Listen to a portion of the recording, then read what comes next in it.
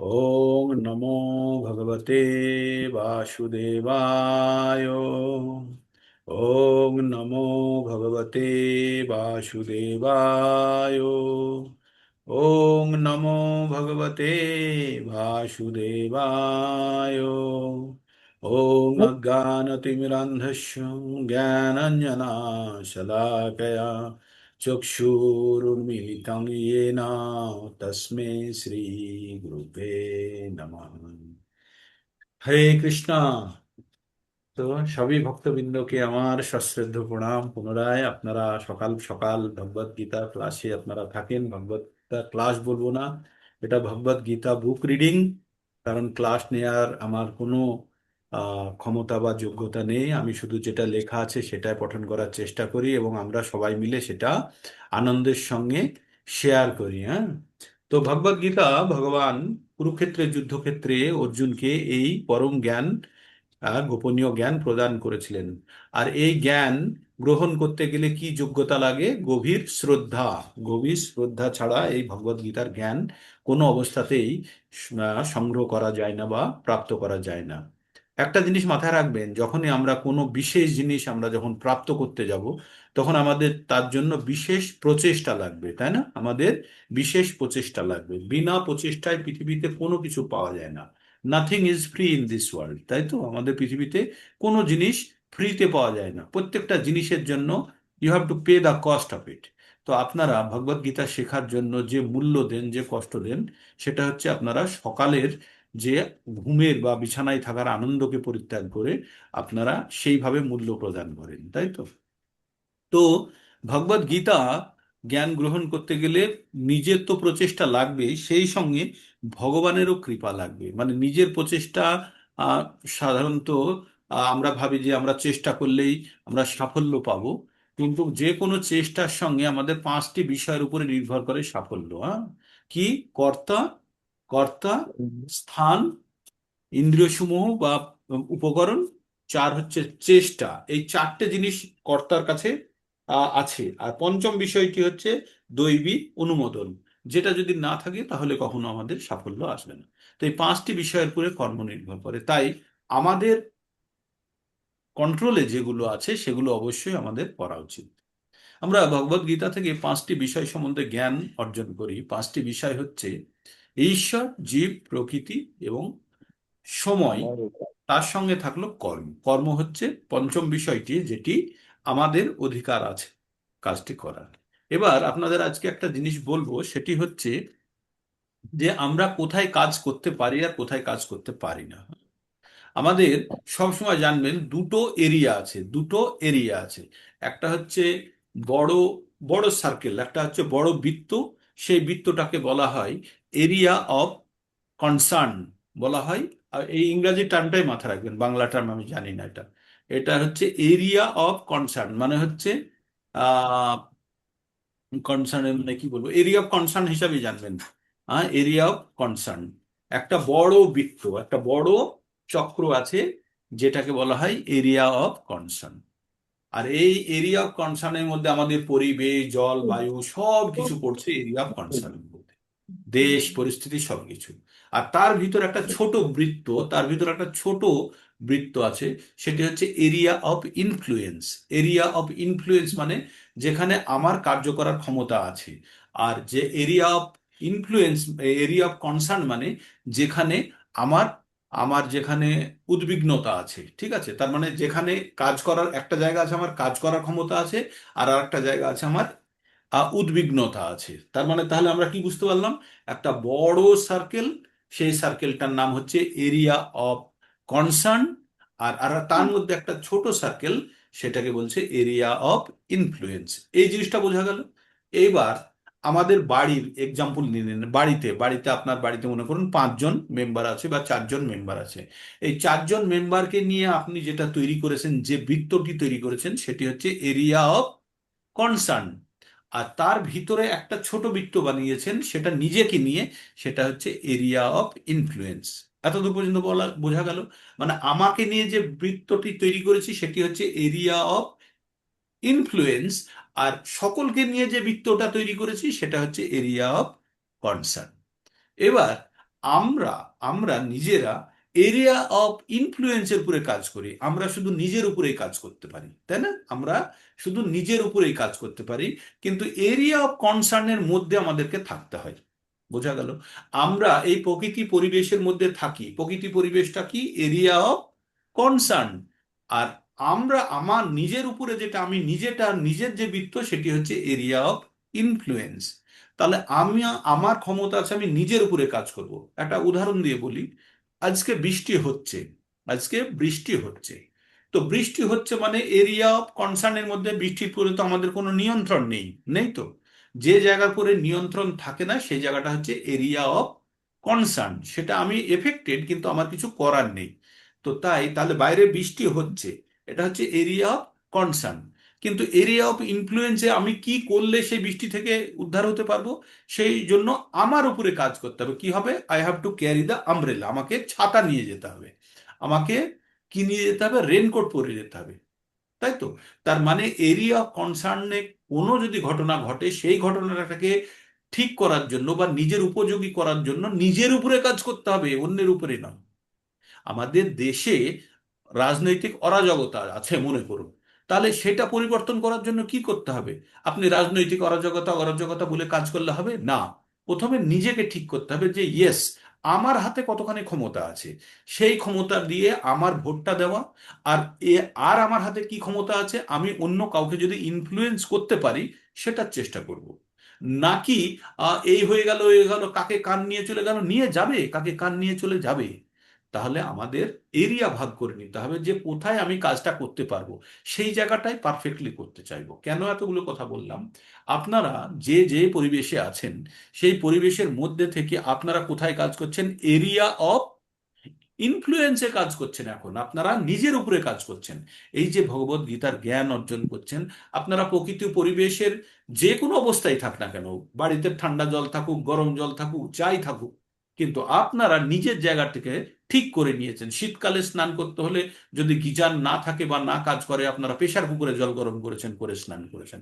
These are these are the workings in area of influence. এটা হচ্ছে নিজের উপরে কাজ করা। তাই এরিয়া অফ ইনফ্লুয়েন্সে যখন নিজের উপরে আমি কাজ করব, তখনই কিন্তু আমার পরিধিটা বাড়বে। যখন আমি নিজের উপরে যত বেশি কাজ করব, তত আমাদের পরিধিটা বাড়বে।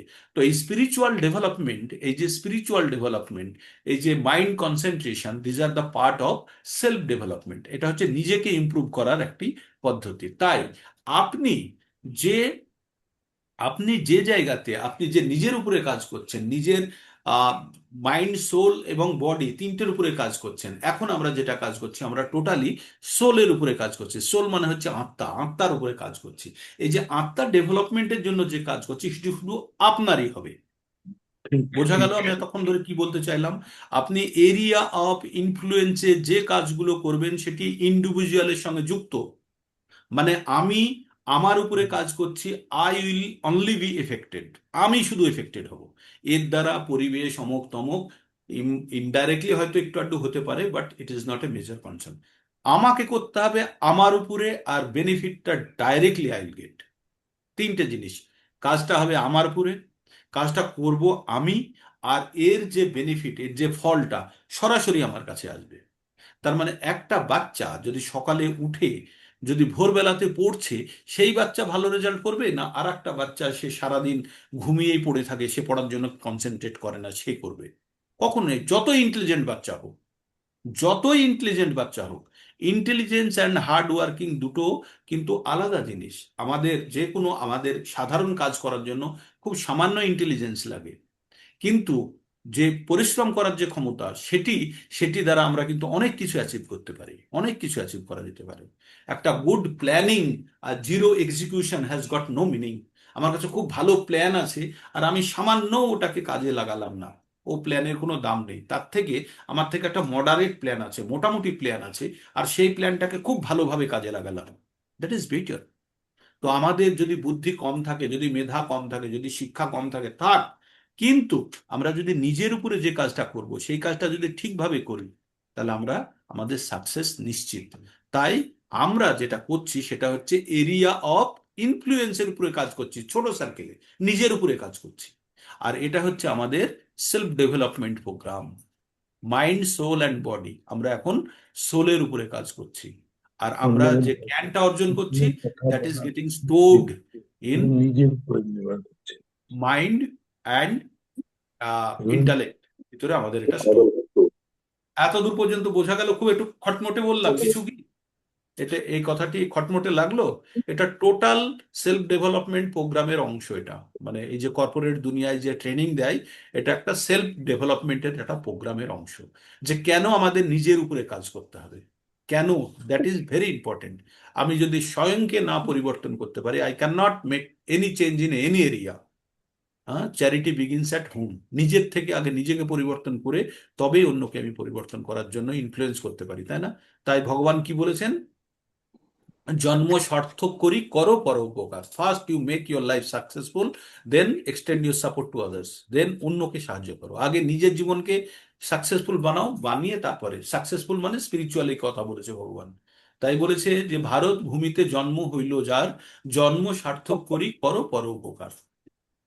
প্রথমে নিজেকে আমি শুদ্ধিকরণ করি, নিজে আমার জীবনকে আমি পরিশুদ্ধ করি, ভগবান চর্চা আলোচনা যত কিছু আগে নিজে জ্ঞান অর্জন করি, তারপরে আমি অন্যকে জ্ঞান দেওয়ার চেষ্টা করি। ঠিক? তো আমরা ভগবত গীতা থেকে, বেশি ম্যানেজমেন্টের কথা হয়ে গেল নাকি? শুনলে বোঝা গেল দেব না ফুল। বোঝা গেল না? হরে কৃষ্ণ। বোঝা গেল না বোঝা গেল না কিছু? একদম উপর দিয়ে চলে গেল না তো? আবার বারবার বলবো, বা আপনারা এটা ঠিক আছে, শুনবেন? ঠিক আছে প্রভু, এগুলো প্রয়োজন আছে। এটা বোঝার প্রয়োজন না আছে তো? বোঝার, হ্যাঁ, না বোঝার কিছু নেই। ঠিক। ক্লিয়ার ঠিক আছে, আছে। নিজের উপর কাজ করতে হবে বাস, ঠিক। নিজের ডেভেলপ তো করতে হবে। তাহলে আমরা ভাগবত গীতা থেকে পাঁচটা বিষয় সম্বন্ধে জানতে পারি: ঈশ্বর, জীব, প্রকৃতি, সময় এবং কর্ম। কর্ম যেখানে আমাদের অধিকার আছে, আর কর্মের ফলের জন্য আমরা যেহেতু ডাইরেক্টলি আমরা কর্মের সঙ্গে যুক্ত থাকলেও ফলের উপরে যে নির্দেশ, সেটি যেহেতু পাঁচটি বিষয়ের উপরে নির্ভর করে, তো অন্তিম বিষয়টি হচ্ছে আমাদের ঈশ্বরের অনুমোদন। তাই আমরা সম্পূর্ণভাবে ফলের আশাটা আমরা করতে পারি না। তো আমরা কি কি ধরনের কর্ম করতে পারি? সকাম কর্ম করতে পারি, বিকর্ম করতে পারি, অকর্ম করতে পারি। এই যে বিভিন্ন জ্ঞান, এই জ্ঞান আমরা ভগবত গীতা থেকে পেয়ে থাকি।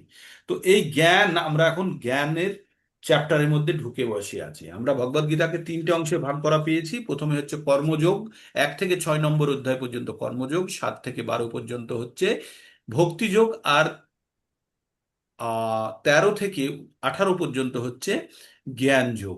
এই 1 থেকে 6 নম্বরের মধ্যে আমরা কি কি যোগ সম্বন্ধে জানলাম? আমরা সাংখ্য যোগ জানলাম, আমরা আহ কর্মযোগ জানলাম, জ্ঞান যোগ, কর্মসন্ন্যাস যোগ, ধ্যান যোগ, হঠ যোগ, মানে বিভিন্ন ধরনের যোগের কথাগুলো আমরা জানতে পারবো। ঠিক? তো এবার আমরা এবার আমরা প্রবেশ করব যে আমরা জ্ঞান যোগের মধ্যে। আমরা জ্ঞান যোগের চ্যাপ্টারের মধ্যে ঢুকে গেছি। কোন জ্ঞান যোগ? কর্মযোগের মধ্যে যে জ্ঞান যোগ আছে তার মধ্যে আমরা কিছু চ্যাপ্টার পড়ে ফেলেছি, কিছু শ্লোকা পড়ে ফেলেছি। শ্লোকা পড়েছি আমরা কত পর্যন্ত? 11 পর্যন্ত না? কত কাল পর্যন্ত? 11 পর্যন্ত ছিলাম। 11 পর্যন্ত পড়েছি। আজ থেকে আমরা 12টা একটু পড়েছিলাম, আবার 11 থেকে নিয়ে আমরা কিন্তু এগোবো। তো তার আগে আমি একটু আহ 30 সেকেন্ডের ব্রেক চাইছি। মনমোহন প্রভু একটু।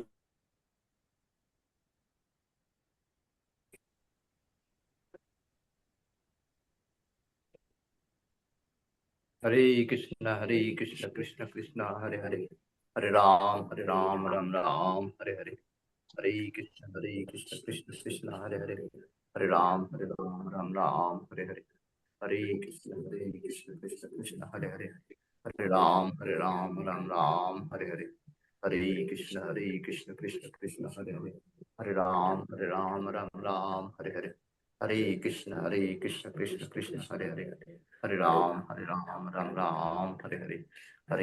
हरे कृष्ण कृष्ण कृष्ण हरे हरे, हरे राम राम हरे हरे, हरे कृष्ण कृष्ण हरे हरे, हरे राम राम हरे हरे, हरे कृष्ण कृष्ण कृष्ण हरे हरे, हरे राम राम हरे हरे, हरे कृष्ण कृष्ण कृष्ण हरे हरे, हरे राम राम हरे हरे, हरे कृष्ण कृष्ण कृष्ण हरे हरे, हरे राम राम राम हरे हरे, हरे कृष्ण कृष्ण कृष्ण हरे हरे, हरे राम राम राम हरे हरे हरे कृष्ण कृष्ण कृष्ण हरे हरे हरे राम राम हरे हरे हरे कृष्ण कृष्ण कृष्ण हरे हरे हरे राम राम हरे हरे हरे कृष्ण कृष्ण कृष्ण हरे हरे हरे राम राम हरे हरे हरे कृष्ण कृष्ण कृष्ण हरे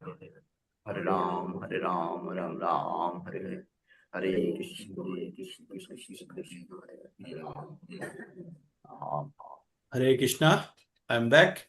তো আমার একটা ছোট ব্রেক লেগেই যায়, সেই জন্য আপনাদের কাছে আমি ক্ষমা চাই। প্রতিবার 20-25 সেকেন্ডের একটা ব্রেক লেগে যায়। আমরা 4 নম্বর অধ্যায়ে প্রবেশ করে আছি। 4 নম্বর অধ্যায়ের 11টি শ্লোক পড়ে ফেলেছি।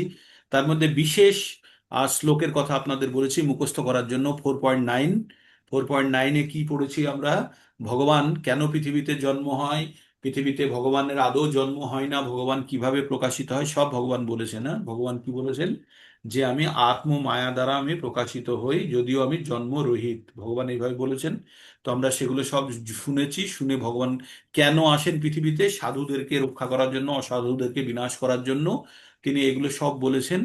আর যুগে যুগে তিনি অবতীর্ণ হন। তারপরে তিনি কি বললেন? ভগবান সম্বন্ধে যে দিব্য জ্ঞান অর্জন করে ফেলেছে, সে আর এই মৃত্যুর পরে আর এই ভৌতিক শরীর ধারণ করে না। তো আমরা আগে কি পড়েছি? 22 নম্বর শ্লোকে 2 নম্বর অধ্যায়ে আমরা পড়েছি, বসাংসি জিন্নানি যথা বিহায়ো নবানি গৃহ্ণতি নরপরাণি। এমন নয় যে বাসাংসি জিন্নানি যথা বিহায়ো, কাপড় ছিঁড়ে গেলে যেমন আমরা ত্যাগ করি, করে আমরা কিন্তু উলঙ্গ থাকি না, আর একটা কাপড় ধারণ করি।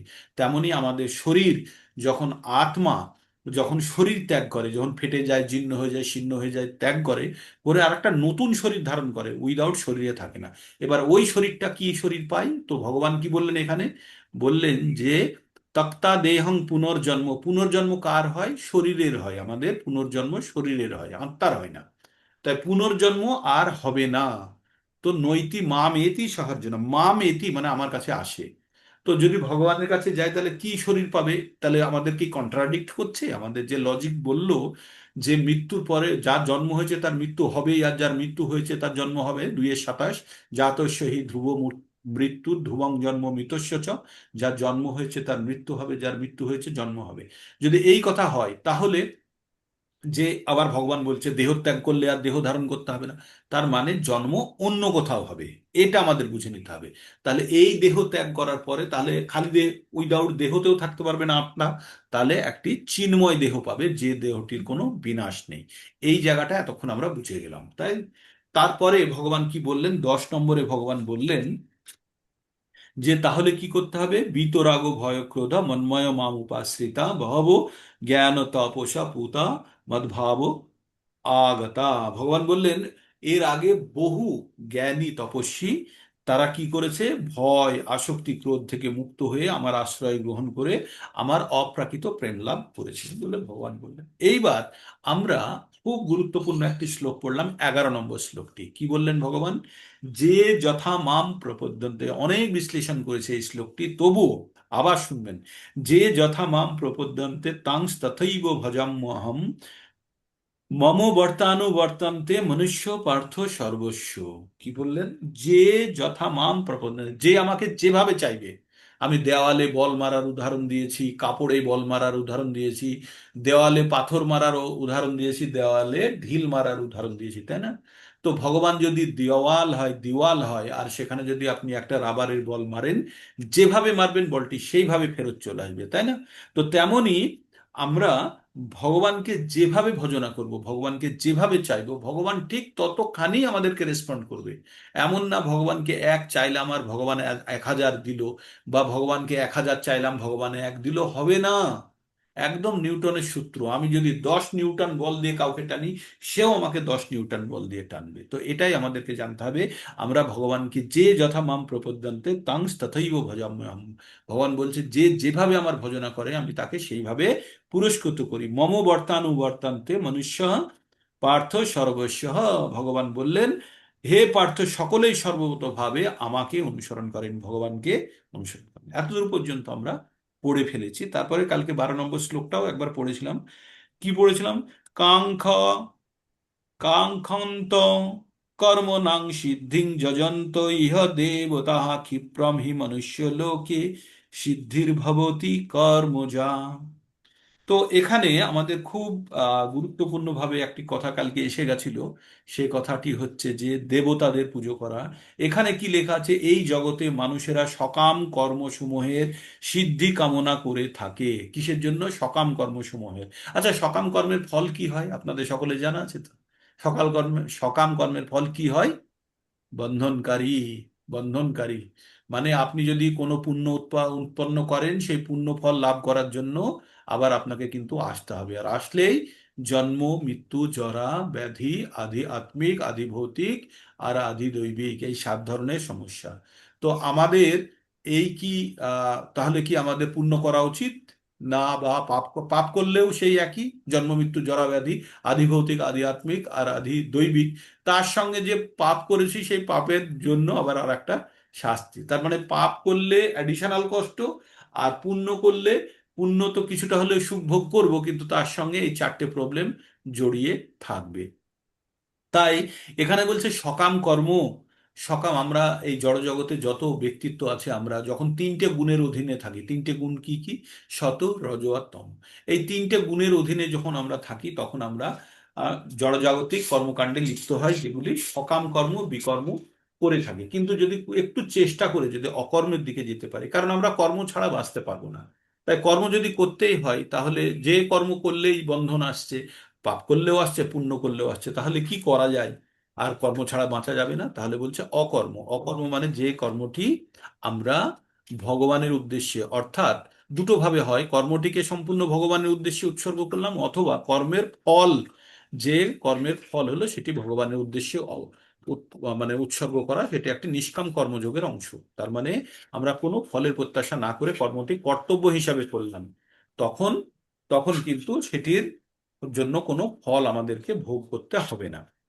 তো এবার কি বললো? এই জগতে মানুষেরা সকাম কর্মসমূহের সিদ্ধি কামনা করে। আমরা জড়জাগতিক যারা মনুষ্য, আমরা যারা এই মায়ার বন্ধনে আটকে আছি, তারা আমরা সকাম কর্মসমূহের সিদ্ধি কামনা করি। তাই বিভিন্ন দেব দেবতার পুজো করি। আর এটা নিয়ে কালকে অনেক একটা শেষের দিকে আলোচনার জায়গা তৈরি হয়ে গেছিল। তবে আপনার কাছে আমি সকলের কাছে আমি ক্ষমা চাইছি। আমার যে স্কুল সম্বন্ধে আমার কোনো জ্ঞান নেই, সেই স্কুল সম্বন্ধে আমি কোনো মন্তব্য করতে চাই না। আমি তার জন্য প্রথম থেকেই ক্ষমা ক্ষমা চেয়ে নিচ্ছি, কারণ আমাদের পেরিফেরির বাইরে, আমাদের সীমার বাইরে কোনো মন্তব্য আমি করতে চাই না, কারণ সেখানে আমার জ্ঞান নেই, যথেষ্ট না, কোনো রকমের জ্ঞান নেই। তাই যদি আপনাদের মনের মধ্যে প্রশ্ন হয় যে অন্যান্য স্কুলে কি হয়, তাহলে আমি ঠিক জায়গায় নেই যেখান থেকে আমি আপনাদেরকে সঠিক উত্তর দিতে পারবো, ঠিক। তাই আমি ওই রকম প্রশ্ন থেকে বিরত থাকার চেষ্টা করব। কালকে যেহেতু এসে গেছিল আমি বলেছিলাম, কিন্তু আমার আমার সীমাবদ্ধতা আমি জানি, আমার জ্ঞানের সীমাবদ্ধতা আমি জানি, ঠিক। তো এখানে কি হলো তাহলে? তাই বিভিন্ন দেবদেবীর উপাসনা করে কারা? যারা সকাম কর্মে বিশ্বাসী, যারা কর্মফল চায়, যারা পুণ্য অর্জন করতে পারে। এগুলো সব বেদে লেখা আছে। আর বেদ থেকে আমরা বিভিন্ন দেবদেবীর আমরা কি করতে পারি? উপাসনা করে ঈপ্সিত সিদ্ধি লাভ করতে পারি। আর এগুলো কারা করে আমরা পরবর্তীতে জানবো। অন্তবন্ত ফলং তেষাং তদ্ভব অল্প মেধাসাম। যাদের অল্প বুদ্ধি সম্পন্ন মনুষ্য, তারা দেবদেবতাদের পুজো করে। 7 নম্বর অধ্যায়ের 21 নম্বর শ্লোক, সম্ভবত 7 নম্বর অধ্যায়ের 21, 7 নম্বর অধ্যায়ের অন্তবন্ত ফলং তেষাং তদ্ভব অল্প মেধাস্যাম দেবান দেব যো যো জান না, অন্তবন্ত ফলং তেষাং তদ্ভব অল্প, তদ্ভব অল্প মেধাস্যাম দেবান দেব 23 নম্বর, অন্তবন্ত ফলং তেষাং তদ্ভব অল্প মেধাস্যাম দেবান দেব যো যো জানতে মদ্ভব আন্তে মামপি। বলছে যারা অল্প বুদ্ধি সম্পন্ন মনুষ্য, তারা দেবদেবতার পুজো করে, আর দেবদেবতার থেকে যে ফলটি প্রাপ্ত হয় সেটি স্বল্প সময়ের, সেটা ক্ষণিকের জন্য, ক্ষণিকের মনে হচ্ছে আমাদের এই জীবনের জন্য কার্যকারী হবে। আর যারা দেবতাদের পুজো করে তারা দেবলোকে যেতে পারে। কিন্তু যারা ভগবানের পুজো করে, ভগবান বলছে ইয়ান্তি মম যাজিন অপিমাম, যে আমার পুজো করে, যে আমার ভজনা করে, সে আমার ধামে যায়। মানে লজিকটা খুব পরিষ্কার, যে যার পুজো করবে সে তার কাছে যাবে। এইরকমই একটা শ্লোক আমরা পড়েছি 9 নম্বর অধ্যায়ের 25 নম্বর শ্লোকে। ইয়ান্তি দেবব্রত দেবান, মানে যারা দেবতাদের পুজো করে তারা দেবলোকে যায়। ইয়ান্তি দেবব্রত দেবান পিতৃন আন্তি পিতৃব্রতা, যারা পিতৃপুরুষের পুজো করে তারা পিতৃলোকে যায়। ইয়ান্তি দেবব্রত দেবান পিতৃন আন্তি পিতৃব্রতা ভূতানি আন্তি ভূচেদা, যারা যক্ষ তারপরে রাক্ষস ভূতের পুজো করে তারা ভূত লোকে যাবে। ইয়ান্তি মম যাজিন অপি মাম, যারা আমার করে পুজো করে, ভগবান বলছেন যে এরা ভগবানের পুজো করে তারা ভগবানের ধামে যায়। তো বিষয়টা খুব পরিষ্কার, যে যেটা চাইবে। কারণ এটা আবার আগেরটার সঙ্গে লিঙ্ক করে দিন। যো যে যথা মাম প্রপদ্যন্তে তাংস তথৈব ভজাম্যহম। এবং দেবদেবতাদের কাছে পাঠানো, পিতৃলোকে পাঠানো, ভূতলোকে পাঠানো, এগুলো কে পাঠায়? ভগবান পাঠায়। কারণ ভগবানই আলটিমেটলি সুপ্রিম কর্তা। তো ভগবানই এইগুলো করায়। এগুলো আমরা 7 নম্বর 9 নম্বর আর 7 নম্বরে খুব বিশদভাবে জানবো। যখন আমরা ভক্তি যোগের মধ্যে থাকবো তখন এইগুলো খুব জানবো। ভগবান বলছে যার মন মায়া দ্বারা অপহৃত হয়েছে তারা এই সকাম কর্মের বন্ধনে আটকে থাকে। কি বলছে? বলছে কামস্তস্তায় অপহৃত জ্ঞানা পাপদন্তে অন্য দেবতা। যাদের কাম, যাদের বাসনা, যাদের কোনো কিছু পাওয়ার তীব্র ইচ্ছা, যাদের মনকে হরণ করে নিয়েছে, তারা অন্য দেবতা, দেব দেবতাদের পুজো করে। তার মানে দেব দেবতাদের পুজো করা খারাপ নয়, দেব দেবতাদের পুজো করা খারাপ নয়, কিন্তু আমরা যদি তার ফলটা জানি কি হবে, তার ফল বন্ধনকারী হবে। যারা এই পৃথিবীকে ভোগ করতে চায় তারা করুক না দেব দেবতার পুজো, খারাপ কিছু নেই। কিন্তু তারা আরো ভালো কিছু পেতে পারে সেই জ্ঞানটা যেন তাদের কাছে থাকে। আমি যেন জানি যে আমি এটা করলে কি হবে, অজান্তে যেন না করি। তাহলে আমরা একই কাজ যদি দেবতার পুজো করি তাহলে দেবলোকে যাবে, ফল ক্ষণস্থায়ী। দেবলোকে গেলে কি হবে? তারা উচ্চলোক ভোগ করবে। তারপরে ভোগ করার পরে কি হবে? ভোগ করার পরে শিন্নে পুণ্য মর্তলোকম বিশন্তি তে তং ভুক্তা স্বর্গলোকম বিশালং শিন্নে পুণ্য মর্তলোকম বিশন্তি। স্বর্গলোকে তারা অনেক দিন ধরে খুব ভোগ করবে। ভোগ করার পরে যে পুণ্য শেষ হয়ে যাবে, ক্রেডিট কার্ডে টাকা শেষ হয়ে যাবে, তখন আবার বাড়িতে ফেরত। যেমন দীঘা ঘুরতে যাওয়ার পরে টাকা শেষ, বাড়িতে ফেরত, তেমনি আমরা খুব স্বর্গলোক বা উচ্চলোক ভোগ করার পরে যখন টাকা শেষ, আবার মর্তলোকে ফেরত উৎপন্ন করার জন্য। তো এগুলো সব 9 নম্বর অধ্যায়ে গভীরভাবে আমরা ডিসকাস করব। যেহেতু এখানে এসে গেছে তাই আপনাদেরকে উল্লেখ করে রাখলাম। দেবদেবতার আপনারা পুজো করুন, করে তাদের কাছে কি প্রার্থনা করুন? যেন আপনারা কৃষ্ণ প্রেম পান, যেন ভগবত ভক্তিতে যেন আপনাদের মন লাগে, এটি দেবদেবতার কাছে প্রার্থনা করতে পারেন, খুব ভালো। তাহলে তাদের দেবদেবতাদের এতদিন ধরে পুজো করে আসছেন, কখনো অবহেলা করবেন না। তাদের ভোগ লাগান, তাদেরকে সব কিছু করুন। এতদিন যেভাবে সেবা দিয়েছেন দিন, অবশ্যই দিন, কিন্তু তার সঙ্গে প্রার্থনার জায়গাটা একটু পরিবর্তন করে দিন। প্রার্থনার জায়গাটা যেন আমার ছেলের ভালো রেজাল্টের পরিবর্তে বলে ছেলেটা যেন ভালো মানুষ হয়, সেও যেন ভগবত ভক্তি করে জীবনের পরম উদ্দেশ্য জানতে পারে, এটা প্রার্থনা করুন। আমরা যেন প্রকৃত জ্ঞান লাভ করে ভগবত ভক্তিতে যেন লীন হতে পারি, এটা প্রার্থনা করুন। ঠিক, অবশ্যই করবেন দেব দেবতার পুজো, যদি আপনাদের ইচ্ছা করে করুন, কিন্তু আমার আরেকটু বেশি হোক, এই হোক, এইগুলোর জন্য নয়।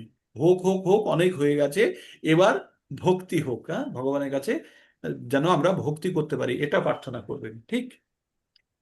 তো তা এখানে আছে এই জড়জগতের দেবদেবীদের সম্বন্ধে একটি মারাত্মক ভ্রান্ত ধারণা আছে। অল্প বুদ্ধি সম্পন্ন বেশ কিছু লোক যারা নিজেদের মহাপণ্ডিত বলে মনে করে, তারা এই সমস্ত দেবদেবীদের ভগবানের বিভিন্ন রূপ বলে মনে করে। প্রকৃতপক্ষে এই সমস্ত দেবদেবীরা ভগবানের বিভিন্ন রূপ নন, তারা হচ্ছেন ভগবানের অংশ বিশেষ।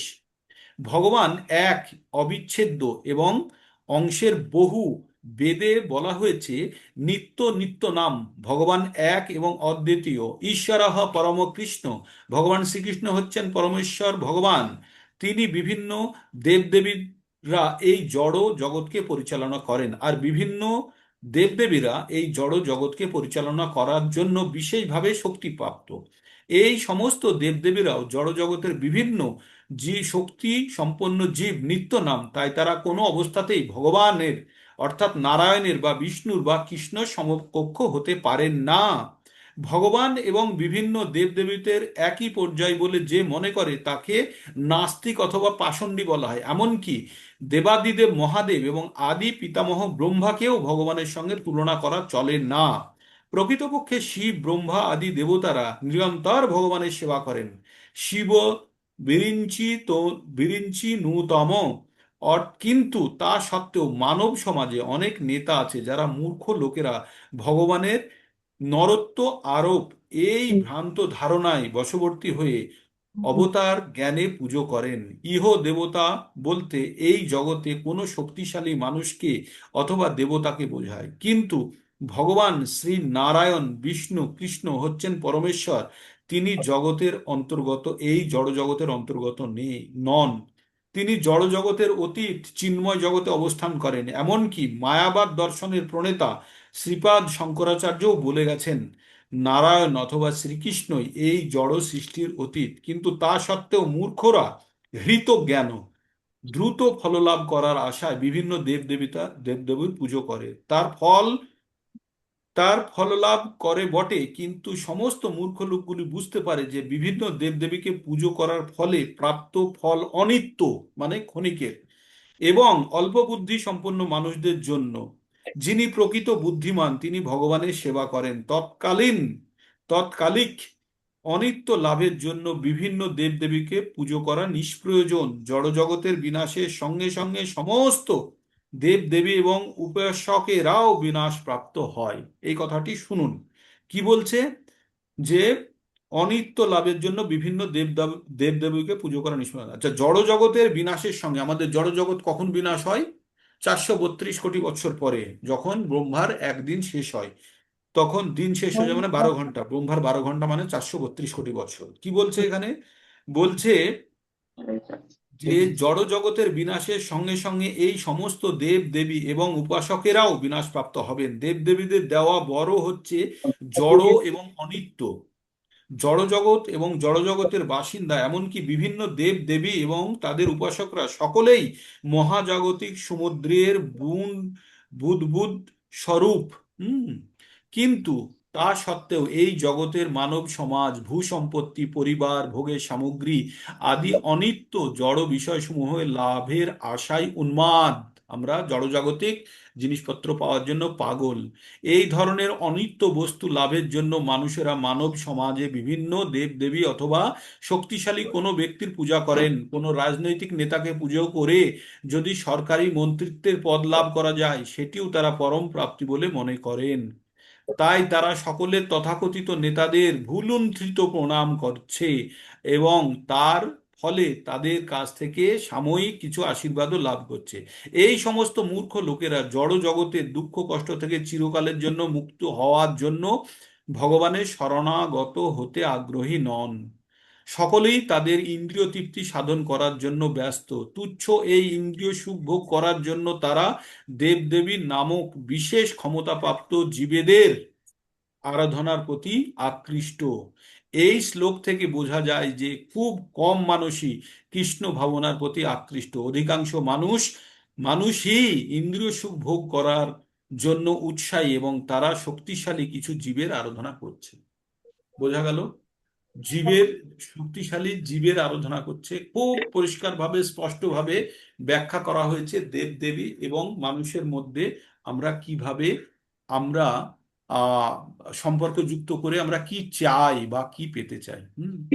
খুবই গুরুত্বপূর্ণ এই জায়গাটা। সেজন্য পুরো লাইন বাই লাইন আপনাদেরকে পড়লাম, কারণ কালকের আলোচনার বিষয়বস্তুর সঙ্গে এটা সংযুক্ত ছিল বলে আরো বিস্তারিত পড়লাম। এখানে দুঃখ কষ্ট পাওয়ার কিছু নেই, আমাদের প্রকৃত সত্যটি জানতে হবে। হ্যাঁ, এবার 13 নম্বর অধ্যায়ে 13 নম্বর শ্লোকটি পড়ব। এটি অত্যন্ত গুরুত্বপূর্ণ শ্লোক।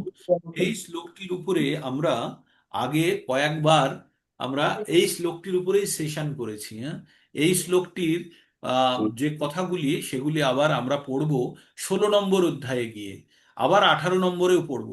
তাই যে কথাগুলো বারবার আসে সেগুলির গুরুত্ব অবশ্যই বেশি। শ্লোকটি একবার পঠন করি, তারপরে বিশ্লেষণে যাব।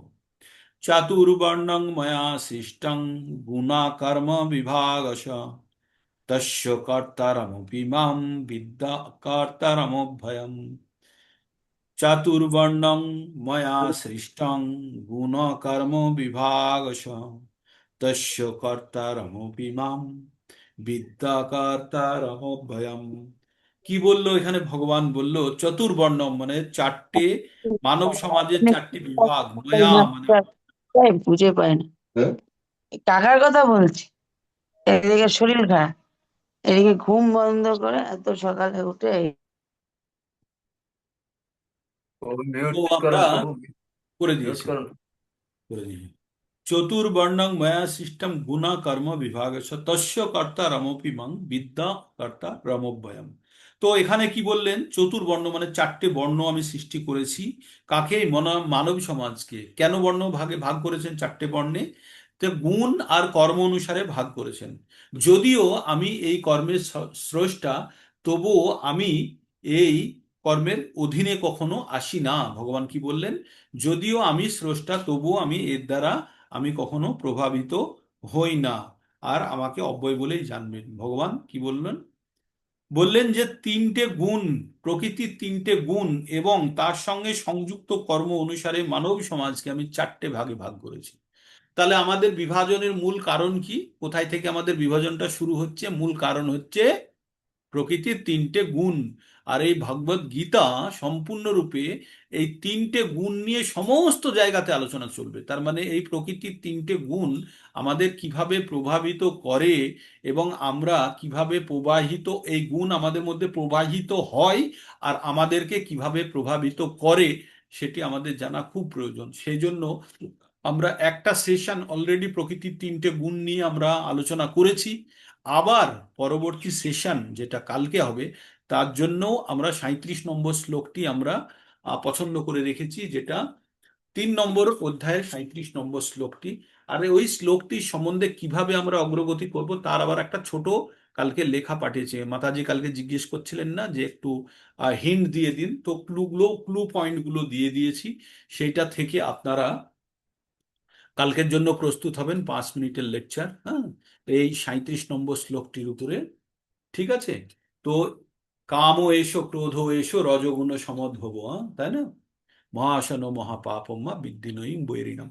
তো ও সেখান থেকে আমরা আমরা আবার তিনটে গুণ সম্বন্ধে বিশদ ব্যাখ্যা করব। আবার এখনই আমরা যে শ্লোকটি পড়লাম, সেই শ্লোকটিতে তিনটে গুণের উপর ভিত্তি করে এবং এই তিনটে গুণের সঙ্গে অ্যাসোসিয়েটেড, এই তিনটে গুণের সঙ্গে যে সমস্ত কর্ম যুক্ত আছে, সেই কর্মগুলোকে নিয়ে আমাদের মানব সমাজকে চারটে ভাগে ভাগ করা হয়েছে।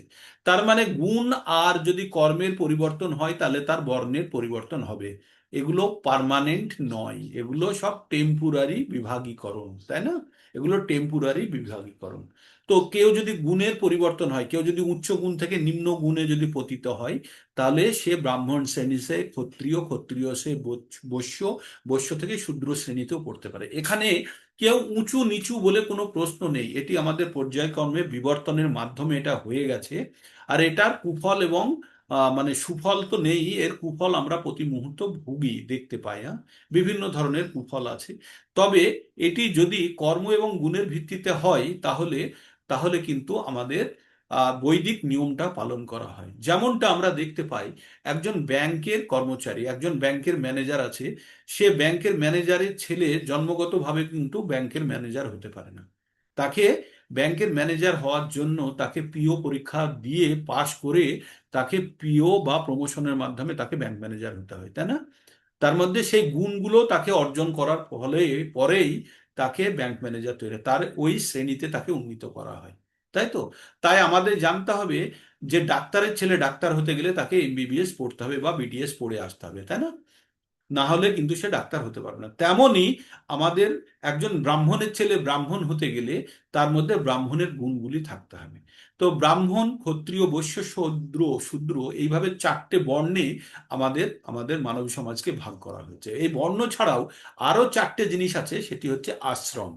তাহলে বর্ণ আর আশ্রম মিলিয়ে 8টি বিভাগ হলো। কি হলো? চারটে বর্ণ আর চারটে আশ্রম। আবার এমন হবে এই চারজনই আবার অন্য চারজনের মধ্যে ঢুকে আছে, তাই না? তো চারটে বর্ণ কি? চারটে বর্ণ ব্রাহ্মণ, ক্ষত্রিয়, বৈশ্য, শূদ্র। আর চারটে আশ্রম কি? ব্রহ্মচর্য, গার্হস্থ্য, বানপ্রস্থ, সন্ন্যাস। এই বিভিন্ন আশ্রম এবং বর্ণের মধ্যে যারা আছে তাদের বিশেষ বিশেষ গুণ থাকতে হবে। ভগবান কিসের ভিত্তিতে ভাগ করেছে? গুণ এবং কর্মের ভিত্তিতে। তাহলে যার মধ্যে যে গুণ আছে সেই গুণ অনুযায়ী, তাহলে ব্রাহ্মণ যে তার কতগুলো গুণ থাকতে হবে, ব্রাহ্মণের কতগুলো গুণ থাকতে হবে, কেউ আনমিউট করে বলুন। 12টা। 12টা, কতগুলো? 12। 12। একদম মনে রেখেছি প্রভু।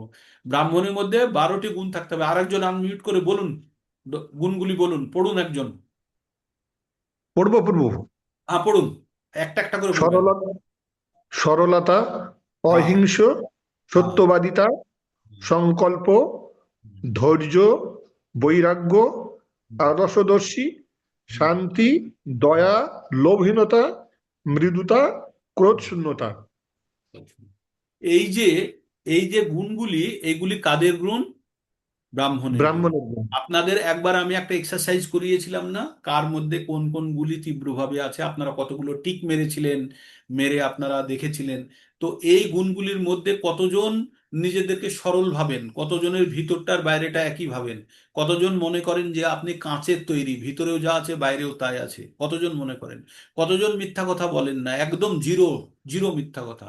কতজন অন্যের দোষ দেখতে পান না? হ্যাঁ, কতজনের অহিংসা, কতজন একদম সামান্য কোনো ধরনের পশু হত্যা করা তো দূরের কথা, পিঁপড়ের গায়ে পা পড়লে আপনি ডিঙিয়ে যান, কতজন? তো এই গুণগুলি হচ্ছে, যেমন লোভহীনতা, বৈরাগ্য, এগুলো কতজনের মধ্যে আছে? আছে। এই আপনাদের একটা গল্প বলেছিলাম না একবার, রামায়ণের পুরে খুব ভালো লেকচার হচ্ছে, তো রামায়ণ 3 ঘন্টা ধরে লেকচার হওয়ার পরে সব ভক্তরা একদম চোখ দিয়ে জল বেরিয়ে গেছে ভগবান রামের কথা শুনে শুনে খুব।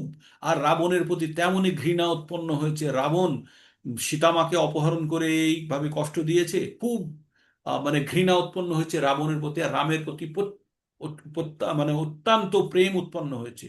তারপরে যখন প্রোগ্রাম শেষ হয়ে যায় তখন সবাইকে প্রসাদ দেওয়া হলো, আর হাতে একটা করে কুপন দেওয়া হয়েছে। কুপন দেওয়ার সময় বলল, বাইরে আপনাদের কাছে স্ট্যাচু পাবেন আপনারা, স্ট্যাচু দেওয়া হবে রাম আর রামের আর রাবণের। কারা কারা রামের স্ট্যাচু নিতে চান তারা এইদিকে দাঁড়ান, কারা কারা রাবণের নিতে চান তারা এইদিকে দাঁড়ান। দেখা গেল রাবণের স্ট্যাচু নেওয়ার জন্য একজনও নেই, একজনও নেই। সবাই রামের স্ট্যাচু নেবে, কারণ রাম আমাদের পরম মহাপুরুষ আর ভগবান, তার সঙ্গে সম্পর্ক স্থাপন করতে হবে, তাই রামের স্ট্যাচু নেব বলে স্ট্যাচু নেয়ার জন্য কুপন নিয়ে নিয়েছে। নিয়ে এবার যেখান থেকে স্ট্যাচু দেওয়া হবে সেখানে লাইনে, একটা লাইনে সবাই রামের জন্য দাঁড়িয়ে আছে। তো একটা চন্দন কাঠের সুন্দর রাম তৈরি করে রাখা আছে, সবাই দেখছে, মনে মনে কল্পনা করছে। তার পাশেই আর একটা কাউন্টার আছে, সেই কাউন্টারে উকি মেরে দেখছে সেখানে একটা একটা সোনালী রঙের একটা রাবণের মূর্তি আছে, 10 মাথা যুক্ত। তখন আহ সবাই রাম, চন্দন কাঠের রাম নেওয়ার জন্য দাঁড়িয়ে আছে। তখন যারা বিতরণ করছে তারা বলছে, কেউ কি এই রাবণের মূর্তি চান? বলছে না না, রাবণের মূর্তি নেব না। তখন যে বিতরণকর্তা তিনি বললেন, এই রাবণের মূর্তিটি সোনার, হ্যাঁ, আর ওইটি চন্দন কাঠের। কোনটা? রামের মূর্তি হচ্ছে চন্দন কাঠের, আর রাবণের মূর্তি হচ্ছে সোনার। তো কারা কারা এই সোনার রাবণ নিতে চান? হট করে পুরো টিম শিফট হয়ে গেল, রাম থেকে রাবণে চলে আসলো। কারণ কারণ আমরা আমরা জানি রাবণের মধ্যে ভৌতিক জিনিসটা বা সোনার দাম চন্দন কাঠের থেকে বেশি। আমরা তখন আর কিন্তু রাম আর রাবণকে খুঁজছি না, আমরা তখন খুঁজছি কাকে? জড় বস্তু কি, চন্দন কাঠটা ভালো না সোনা ভালো? তার মানে বিগ্রহের মধ্যে আর আমরা কিন্তু ভগবানকে খুঁজলাম না, আমরা তখন কি খুঁজলাম? আমরা ভৌতিক বা জড় জাগতিক মূল্য খুঁজতে গেলাম। দিয়ে সবাই তখন রাবণের লাইনে দাঁড়িয়ে গেছে যে আমাদের সকলেদের রাবণ চাই। তাই না? তার তার মানে এটা হচ্ছে যে আমাদের বুদ্ধি কতখানি দৃঢ়। আমি এই কথাটি বললাম যে আমাদের সংকল্প কতখানি তীব্র, আমরা কতখানি আমরা জড়জাগতিক বিষয়ের প্রতি আসক্ত, সেটা নির্ভর করছে যে আমরা কোন গুণে অবস্থিত। তাই যে ব্রাহ্মণ থাকবে, সে ব্রাহ্মণের 18 নম্বর অধ্যায়ে ব্রাহ্মণের গুণের জায়গায় আমরা পড়লাম, কি পড়লাম? সমদম তপ শৌচং ক্ষান্তির আর্জবম জ্ঞান বিজ্ঞান আস্তিকম ব্রহ্মকর্ম স্বভাবজম।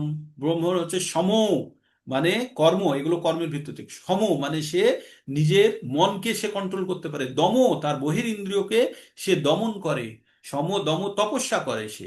শৌচং তার মধ্যে পবিত্রতা আছে, সে মিথ্যা কথা বলে না। সম দম তপ শৌচং। শান্তির মানে সে তার মধ্যে ধৈর্য আছে, দৃঢ়তা আছে।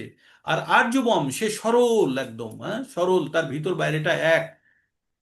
আর জ্ঞান, তার কাছে জ্ঞান আছে, সে বিজ্ঞান জানে, ব্যবহারিক জ্ঞানও জানে। আর কি আছে? আস্তিকম, সে ভগবানে বিশ্বাস করে। তো এগুলো কর্ম, এগুলো তো ব্রাহ্মণ হতে গেলে কি কি আমাদের এই 15টি 12টি আর 12টি গুণের কথা বলা হয়েছে বর্ণ অনুসারে। আপনাদের লিস্ট আমি আগেও শেয়ার করেছি, আবার যদি বলেন আমি আপনার যারা নতুন এসছেন তাদের জন্য পিডিএফটা আবার শেয়ার করে দেবো। এটার বিষয়ে আমরা বিস্তারিত পড়ব কোথায় গিয়ে? আমরা গিয়ে পড়ব 16 নম্বর অধ্যায়ে, হ্যাঁ সুর অসুর, যেখানে দেবাসুর গুণসমূহ পড়ব, সেইখানে গিয়ে আমরা এটি আরো বিস্তারিত পড়ব। তো কি বললেন ভগবান? ভগবান সবকিছু স্রষ্টা, তার থেকে সবকিছু সৃষ্টি হয়েছে, তিনি সবকিছু রক্ষা করেন, আবার প্রলয়ের পরে সবকিছু তার মধ্যেই প্রবিষ্ট হয়। সমাজের 4টি বর্ণও তারই সৃষ্টি। সমাজে সর্বোচ্চ বর্ণ সৃষ্টি হয়েছে শ্রেষ্ঠ বুদ্ধিমত্তা সম্পন্ন মানুষদের দিয়ে। বোঝা গেল? সমাজের সব থেকে শ্রেষ্ঠ মানুষ কারা? ব্রাহ্মণ। তাদেরকে কিভাবে তৈরি করা হয়েছে? তাদের বুদ্ধিমত্তা সম্পন্ন মানুষদের দিয়ে, যাদের পরিভাষা বলা হয় ব্রাহ্মণ। তারা শতগুণের দ্বারা প্রভাবিত। তারা ব্রাহ্মণ কি গুণের দ্বারা প্রভাবিত? শতগুণের দ্বারা। পরের বর্ণটি হচ্ছে শাসক সম্প্রদায়, এদের পরিভাষা বলা হয় ক্ষত্রিয়, এবং এরা রজগুণের দ্বারা প্রভাবিত। তারপরের বর্ণটি হচ্ছে বৈশ্য বা ব্যবসায়ী সম্প্রদায়, এদের বলা হয় বৈশ্য, এরা রজ এবং তমগুণের দ্বারা প্রভাবিত। পরের বর্ণটি হচ্ছে শ্রমজীবী সম্প্রদায়, এদের বলা হয় শূদ্র, এরা তমগুণের দ্বারা প্রভাবিত। ভগবান যদিও মানব সমাজকে এই 4টি বর্ণ সৃষ্টি করেছেন, তবুও সেগুলির মধ্যে তিনি কোনোভাবেই অন্তর্ভুক্ত নন, কারণ তিনি মায়ার বন্ধনে আবদ্ধ জীবের মতো নন। মায়ার বন্ধনে আবদ্ধ জীবেদের মধ্যে মানব জাতিও অন্যতম। প্রকৃতপক্ষে মানব সমাজে যে কোনো পশু সমাজের মতোই, কিন্তু মানুষ পশু স্তর থেকে প্রকৃত মানুষের স্তরে উন্নতি করবার জন্য ভগবান এই 4টে বর্ণে বিভক্ত করেছেন, যাতে মানুষ পর্যায়ক্রমে ধীরে ধীরে কৃষ্ণ ভাবনাময় হতে পারে। গুণ অনুসারে মানুষের কর্ম নির্ধারিত হয়। জড় প্রকৃতির বিভিন্ন গুণ অনুসারে জীবনের বিভিন্ন লক্ষণ এই গ্রন্থের অষ্টাদশ অধ্যায় 18 অধ্যায়ে বর্ণনা করা হয়েছে। তবে কৃষ্ণ ভাবনাময় ভক্ত ব্রাহ্মণের থেকেও উত্তম। কি বলল? কৃষ্ণ ভাবনাময় ভক্ত ব্রাহ্মণের থেকে উত্তম, যদিও গুণগতভাবে ব্রাহ্মণের ব্রহ্ম অথবা পরম সত্যের জ্ঞান সম্পন্ন হওয়া উচিত। তাহলে ব্রাহ্মণের কি হওয়া উচিত? গুণগতভাবে ব্রাহ্মণের ব্রহ্ম অথবা পরম সত্যের জ্ঞান সম্পন্ন হওয়া উচিত। কিন্তু যাদের মধ্যে অধিকাংশ ভগবান শ্রীকৃষ্ণের নির্বিশেষ ব্রহ্মজ্যোতির উপাসক, কিন্তু তাদের মধ্যে অধিকাংশই ভগবান শ্রীকৃষ্ণের নির্বিশেষ ব্রহ্মজ্যোতির উপাসক, কিন্তু যিনি ব্রাহ্মণের সীমিত জ্ঞানের পরিধি অতিক্রম করে পরমেশ্বর ভগবান শ্রীকৃষ্ণের সম্বন্ধে জ্ঞান লাভ করেন, তিনি তিনি কৃষ্ণ ভাবনাময় ভক্তে পরিণত হন বা বৈষ্ণব পদবাচ্য হন। কৃষ্ণ ভাবনাময় জ্ঞান রাম, নৃসিংহ, বরাহ আদি সব কটি ভগবত অবতারের তত্ত্ব সমন্বিত। ভগবান শ্রীকৃষ্ণ যেমন 4টে বর্ণে বর্ণের অতীত, কৃষ্ণ ভাবনাময় নিয়োজিত তার ভক্ত তেমনি বর্ণ বিভাগের অতীত, এমনকি দেশ জাতি কুলাদি বিচারের অতীত। এই লাস্টের লাইনটা শুনুন। যখন কৃষ্ণ ভাবনাময় হচ্ছে, তখন আপনার কাছে কোনো বাউন্ডারি থাকলো না, না আপনার কাছে জাতি ধর্ম দেশ বর্ণ কোনো কিছু থাকলো না, সব কিছুর অতীত, এটি সকলের জন্য। ইউক্রেনেরও হতে পারে, রাশিয়ানও হতে পারে, চাইনিজও হতে পারে, কুকুর খেকো নাগাও হতে পারে, যেই হোক, প্রত্যেকেই যখন ভগবানের যদি ভক্তি করে, সে কৃষ্ণ ভাবনাময় যদি হয়, তাহলে সে কোনো বর্ণের মধ্যে পড়ে না। কি পড়ে না? এখানে কি বললো? সে সমস্ত কৃষ্ণ ভাবনায় নিয়োজিত তার ভক্ত তেমন বর্ণ বিভাগের অতীত, কোনো বর্ণের মধ্যে পড়ে না তারা। কারণ কৃষ্ণ ভাবনা কোনো জড়জাগতিক কর্মকাণ্ড নয়, এটি হচ্ছে সম্পূর্ণ আধ্যাত্মিক। আর আধ্যাত্মিক আর এই যে গুণ আর কর্মগুলো বিভাগ করা হয়েছিল জড়জাগতিক গুণের ভিত্তিতে, তাই যখন আপনার আধ্যাত্মিক গুণের বিচারে যদি আপনাকে ভাগ করা হয়, তখন জড়জাগতিক ক্লাসিফিকেশনের মধ্যে কোনো অবস্থাতেই আসবে না।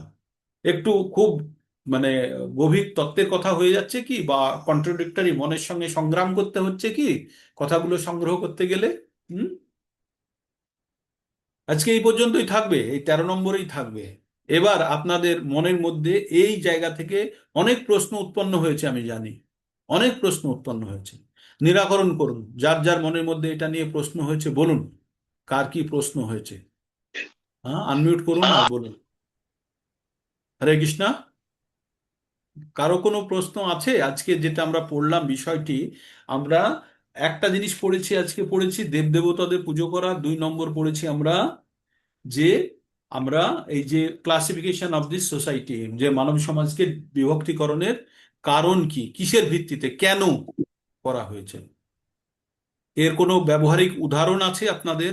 এই যে মানব সমাজ ছাড়া আর কোনো জায়গাতে এরকম পদ্ধতি ফলো করা হয় আছে?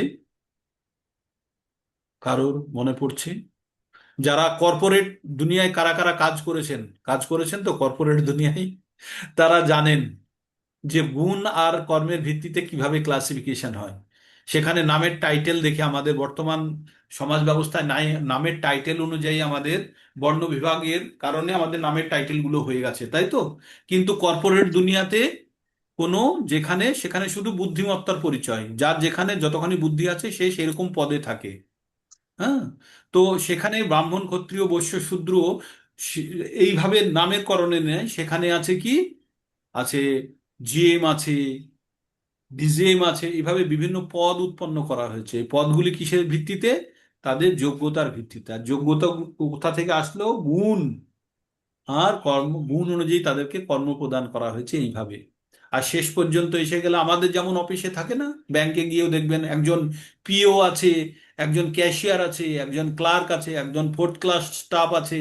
হ্যাঁ, আছে তো, একজন সিকিউরিটি আছে, বিভিন্ন আছে তো। তো এগুলো কেন, কে ভাগ করলো এগুলো? তাই তো। এগুলো বিভাগীকরণ হলো, যে যাতে দক্ষ তাকে সেই কাজটি দেওয়া হয়েছে।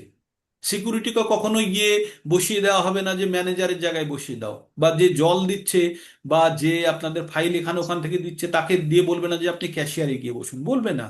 কারণ তার কাছে সে যোগ্যতা নেই, তাই না?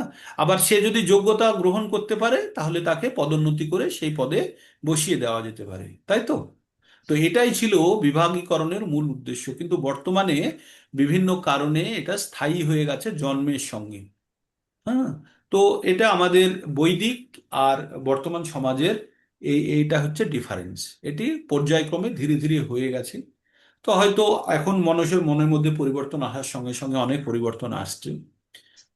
তো সেই পরিবর্তনগুলো স্থায়ী অস্থায়ী বিভিন্ন রকম হয়ে থাকে, তো সেগুলি বিশেষ গুরুত্ব নেই। আপনাদের এই বর্ণেরও বাইরে বেরোতে হবে। কিভাবে?